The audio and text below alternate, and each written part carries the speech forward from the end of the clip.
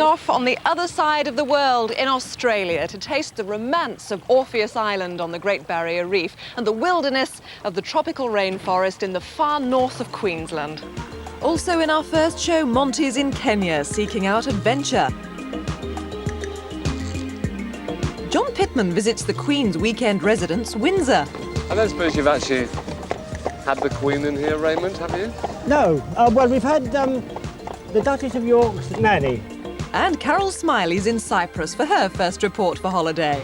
After 9,000 years of civilization, Cyprus has got so much to see and do. So how come most people never make it past the beach?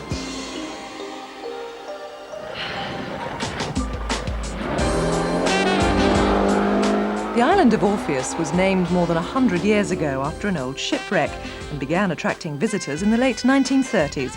Vivian Leigh, Elton John and Britain's wealthiest man, the Duke of Westminster, have all hopped ashore at some time or another. But this isn't solely a millionaire's paradise. Honeymooners and couples choose it for its peace and seclusion. About a tenth of the visitors are British, so there's little chance of bumping into anyone you know, or bumping into anyone very often. The island is about 11 kilometres long, and with plenty of small bays, the maximum 74 guests can find their own little niche. No high-rise here, just bungalows and studios dotted amongst the hibiscus and bougainvillea. And if you arrive too late for lunch, they even make sure you don't go hungry. Welcoming though it was after a long journey, my room and the unpacking could wait. Lunch was most definitely going to be al fresco. There are no roads on Orpheus. Apart from the resort, the rest of the island is pretty uninhabited, so you can make free use of the small boats, or tinnies, as they call them around here.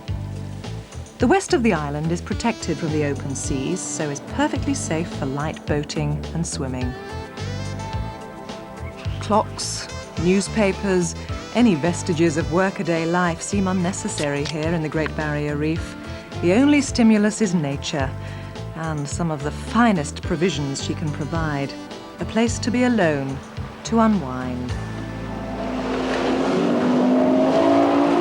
So Bruce, what, you're going to be taking me down about 4 or 5 metres? Yeah, about 5 metres. Usually on your first dive for a resort dive, we take it nice and shallow so you get used to the diving. What are we likely to see then, that far down? The island that we're going to, Orpheus Island, is well renowned for its fish life, a lot of great coral. A couple of little giant clams up there that are very colourful, really nice to have a look at. So they open and close. Yeah, it'll be really good. Okay, let's get there. The resort offers numerous water sports. The only one you have to pay extra for is scuba diving. If you haven't done it before, you can try it out first in the pool. On the inner reef around the islands, the water isn't as clear as you might expect, but the views are still spectacular.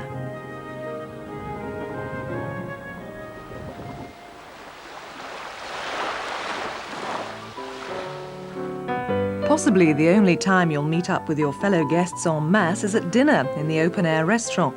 It's worth looking forward to. The menu is imaginative. Every day there's a different choice. For special occasions, you can request your own private table by the sea. So what's this place like for a honeymoon? It's everything we wanted. The service has been incredible. It's very peaceful. Just get away from everything. After the hubble and bubble of a wedding, it's just been so smooth and quiet. A different experience awaited on the mainland. I left Orpheus and flew to Cairns for the 3-hour drive deep into the tropical rainforest of northeast Queensland. This time, the oasis was north of the Daintree River at Ferntree Lodge. The resort is fairly new and was built in and around the available space. None of the forest was destroyed in the process. By encouraging tourism in these parts, there's always the danger of killing the goose that lays the golden egg. But the lodge has been designed to make use of many ecologically friendly resources and alternative power. Up the road at Imogen Creek, we were looking at some of the oldest rainforest on Earth. Our guide, Eddie Bird, has lived in jungles and rainforests almost all his life, so his passion and infectious enthusiasm for his surroundings is genuine. He embellished our walk with tales of Aboriginal culture, ancient wildlife, and centuries-old vines that wind their way around the forest.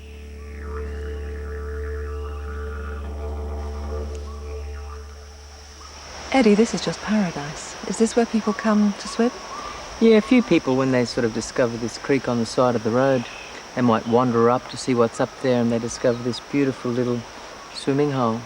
What's special about this particular area of rainforest? Well, it's regarded as the oldest forest on Earth, the oldest surviving tract of tropical rainforest, because here they have discovered the largest gathering of primitive flowering plants than anywhere else in the world. Beyond any dispute, it is a treasure.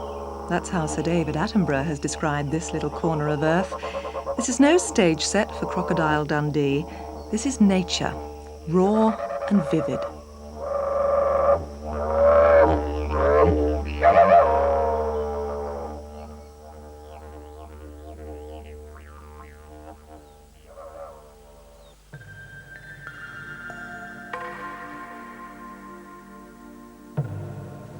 This is one of the few places in Australia where the rainforest meets the sea.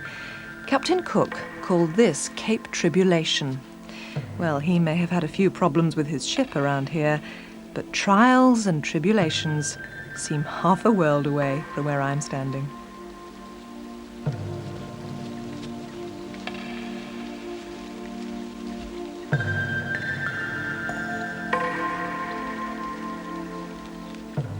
That 12-day, 2-centre holiday staying on Orpheus Island and at the Fern Tree Rainforest cost from £1,902. The price includes full board accommodation on Orpheus, bed and breakfast in the rainforest and flights. A less expensive option is to visit only one of the resorts. A 10-day holiday staying in a villa at Fern Tree costs from £1,234.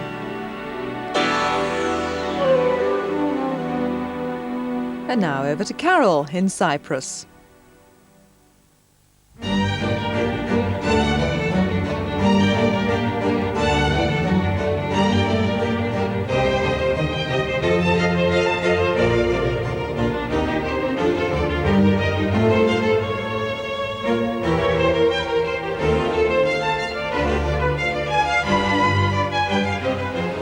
After 9,000 years of civilization, Cyprus has got so much to see and do.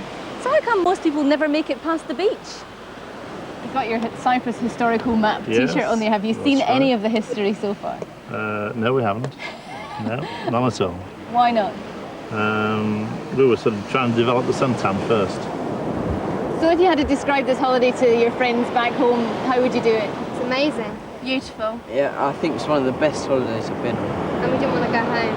It's so easy to relax, really. You know, you feel like you sort of put on a pedestal. The Cypriots are really friendly towards you, so you just sit and just sort of chill out.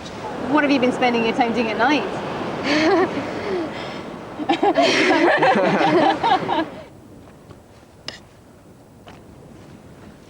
And even when the sunbathing's over, it's easy to see why people stay in the resort. There's a choice of 3 restaurants, saunas, beauty salon, gymnasium and snooker hall. And that's all before giving it all you've got at the Hotel Disco. But if you're brave enough to venture outside,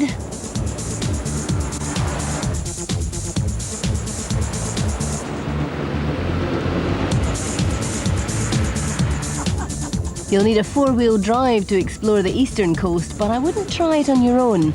Take an organised Jeep safari, though sadly, there's not a giraffe in sight. Oh, my advice also is to take a cushion. After 6 hours bouncing along on unmade roads, you'll be thankful you did. I did eventually get in the sea though, but not for long. There's a lot they want you to see here. This is known as Aphrodite's bath, where the goddess of beauty fell for the god of love. It's strictly prohibited to swim in here, but you can bathe. And legend has it that if you do so, you'll stay beautiful forever. Here goes.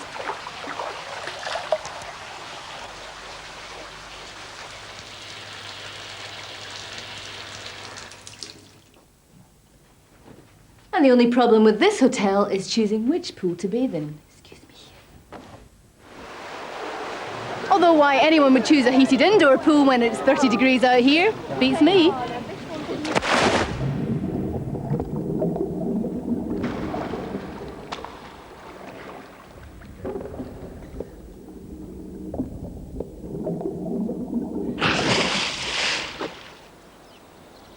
It's cooler and calmer once you get into the mountains, and it's hard to imagine, but you can actually ski here in the winter.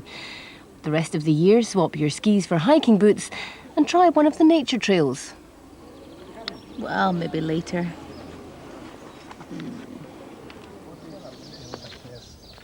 If finding your way out of a brown paper bag is a problem, then for goodness sake, take a guide.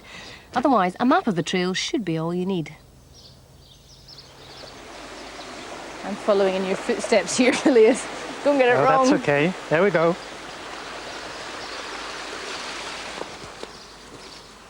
You love this place, don't you? Oh, yes, I love it. I mean, wouldn't you? Look at this. Water, the light, the vegetation. It's beautiful. It is.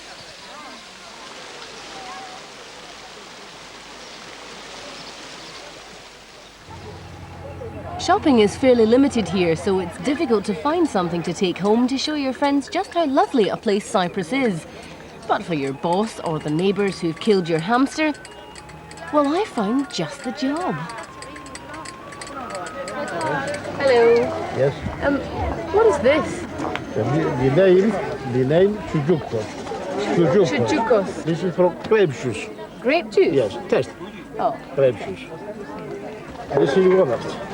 Oh, no. After both. No. Thank you. No. Okay. It's Very sweet. very sweet. Okay.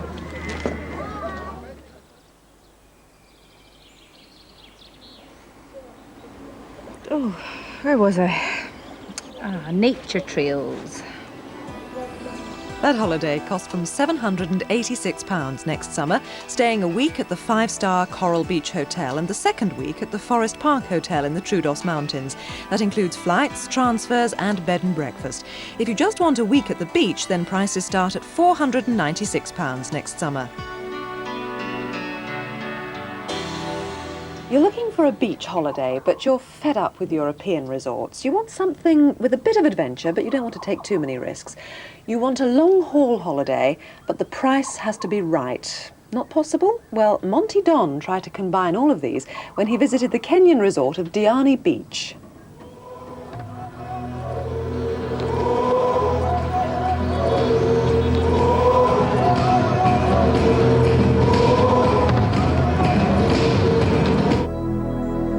It was hot, the kind of heat you could hear.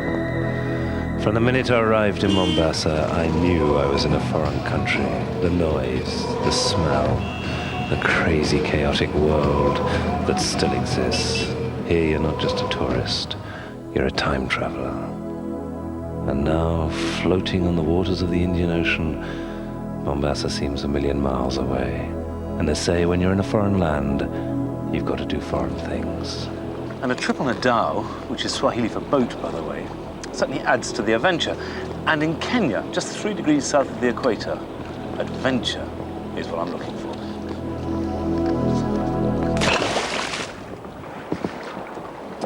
Well, it's a pity that not everybody shares my enthusiasm. Nowadays, it seems that most people come here just to relax. It's not all lions, giraffes and tented camps in Kenya.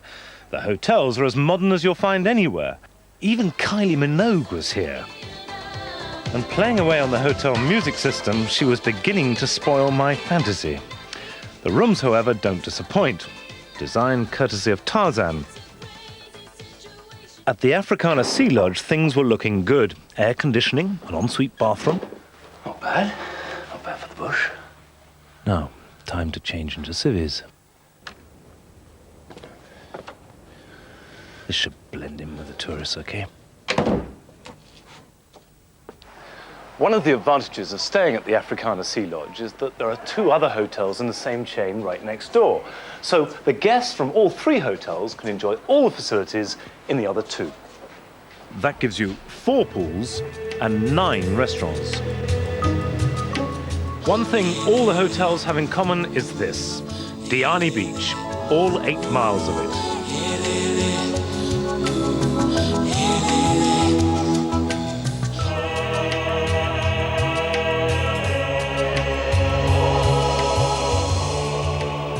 Away from the hotels, it's a jungle out there.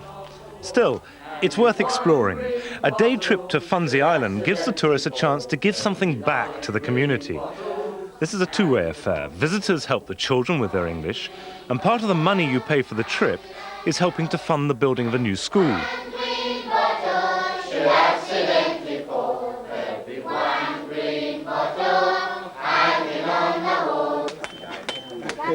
Tourism is the only source of income on the island, so be prepared to buy at least a few small mementos whilst you're there. Funzy, though, is not commercialised, so you get a good opportunity to take in the way of life. After lunch, we set sail in search of a desert island. I mean an island with very few people on it. In fact, it was empty. Well, almost. It's strange that with all this space on a sand flat in the Indian Ocean, one feels the need to be alone. This is my desert island, and at last, I'm beginning to feel like a real explorer. Tomorrow I head into the bush, got my hat, binoculars, and chance to wear my trusty outfit again. It's simply not done to be in Africa and not go on safari. I was determined to see an elephant, and an overnight excursion to the Shimba Hills Reserve promised to deliver. This is very exciting. The whole thing is like a treehouse perched up above the forest, and you've got to talk softly, tread carefully, so you don't frighten the animals. In this environment, everyone becomes a David Attenborough. Just 45 minutes from the coast, and the price of the excursion includes transport, a guided safari, a night at the lodge, and all food. Still, lunch is for wimps. Real men were out on the trail of big game.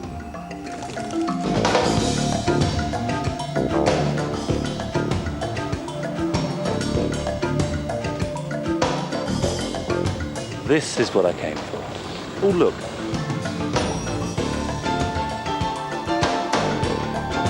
Ah, some fellow hunters. Wasn't he in Daktari?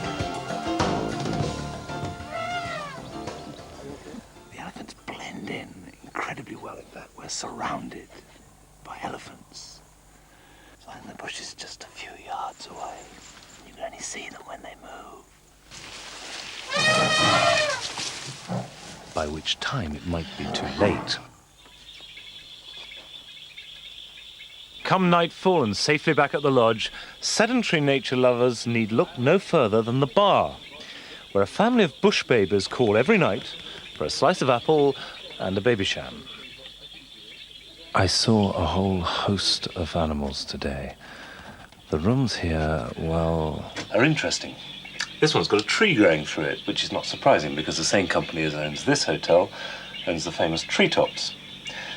But the truth is, unless you book the honeymoon suite, the rooms are small. But adequate. Just a couple of beds, a table and a chair. But it'll do for me for a simple night in the bush. So, good night. oh no. This is almost as bad as Kylie Minogue was. Well, perhaps not.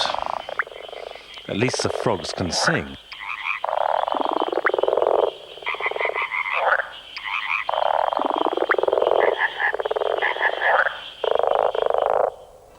You can have a 13-night holiday just before Christmas at the Africana Sea Lodge in Diani Beach for £585, including flights, transfers and half-board.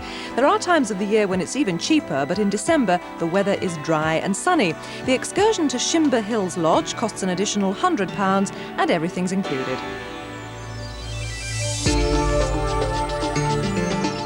You can go under it, over it, you can even swim across it. It's the Channel, and the race is on to get you to France as quickly and as cheaply as possible. So here's our guide to the best way across. In 1921, it took nearly 3 hours to get from Dover to Calais. Now you can get there in 35 minutes, travelling in your car on Le Shuttle. The more people you can pack into the car, the better value it becomes, because a day return costs from £39, no matter how many passengers you have, and no seasickness either.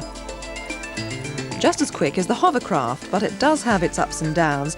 It could be a bumpy ride, and it doesn't operate in bad weather conditions.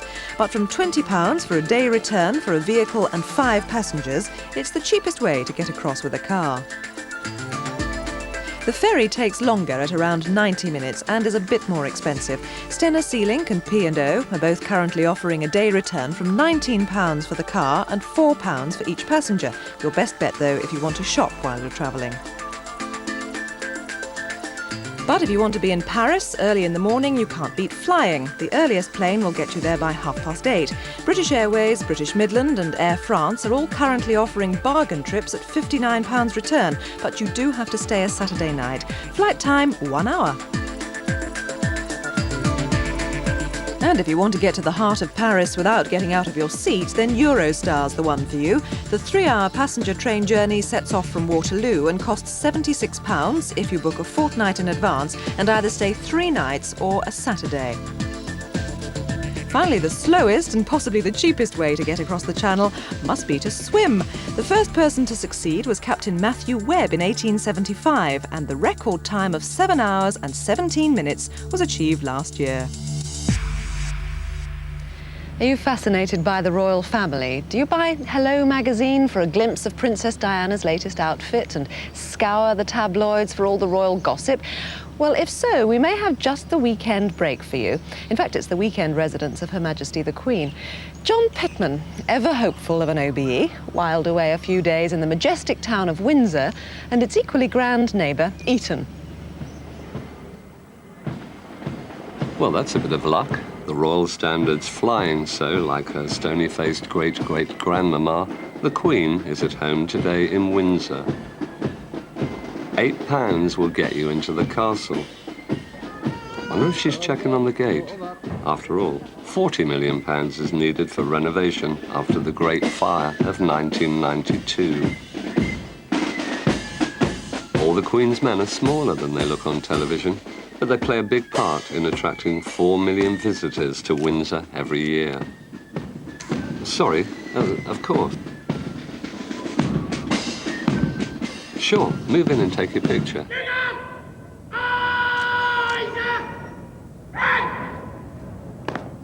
Please, be my guest. Who says the royal family and all that surrounds them has lost their allure? Certainly not the Nikon Brigade. Recognise the composer? Allegedly Henry VIII. The ode tunes are the best tunes, but alas my love, in this Elizabethan age, every 72 seconds, Her Majesty must endure the sound of jets passing over her back garden. A rather regal way of inspecting it is from a buggy pulled by Bungie and driven by Raymond Ford. 3 miles this is, known as the Long Walk, laid out by Charles II about 1675. I don't suppose you've actually had the Queen in here, Raymond, have you? No, not yet anyway. You had any royalty? No, well we've had the Duchess of York's nanny. She rode with us once. Well, it's a start. And if the Queen doesn't invite you to tea, pop into the castle where they do a lovely cuppa. Thank you very much. Enjoy your afternoon. Thanks. The rooms are also rather tasty too.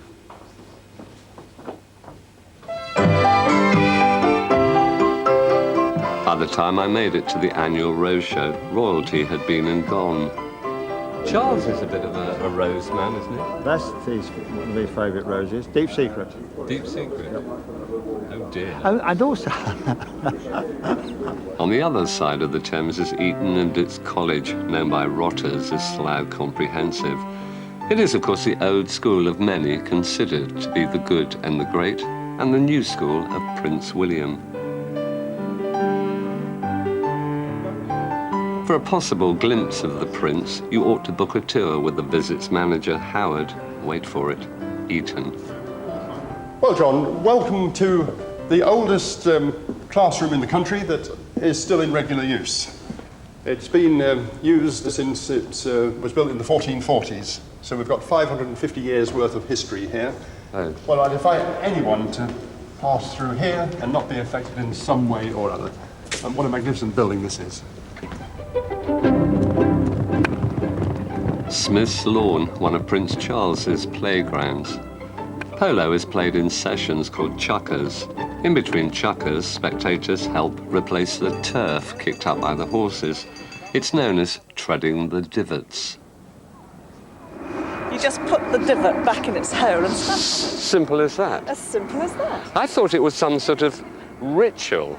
Well, it is a bit of a ritual. If you look, it's more social than anything else. Everybody meets up and chats and... I see. And you do it at half-time. Do you know where chukker comes from?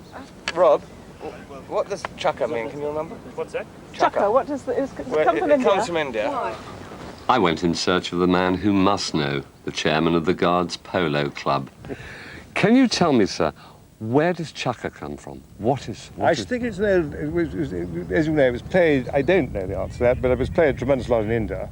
But you don't know exactly where it comes from? I can't tell you where it is, but it could have come from India. I'm going to go and look it up when I go. Do, and do let me know. I'll give you a ring. Major General Lennox, about that little problem. Chukker, from the Hindi, circle or wheel. Pass it on to the chaps. Toodle pip. It costs £59 per person per night to stay bed and breakfast at the Castle Hotel.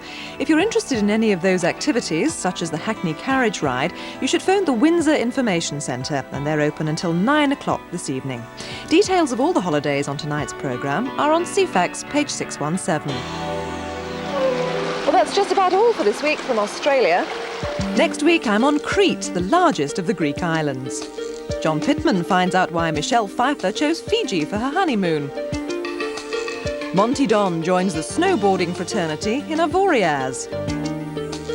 And Carol Smillie enjoys a supercharged weekend at Chichester's Festival of Speed. So until next week when I'll be in Crete, goodbye.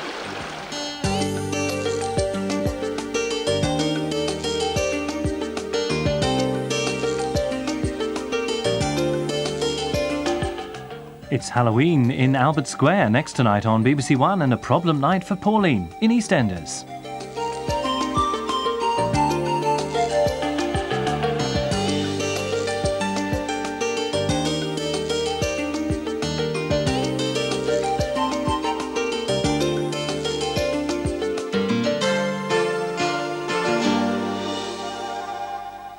Right now we're filming for the next edition of Crime Watch UK. Can you help solve a robbery here at London's Waterloo Station?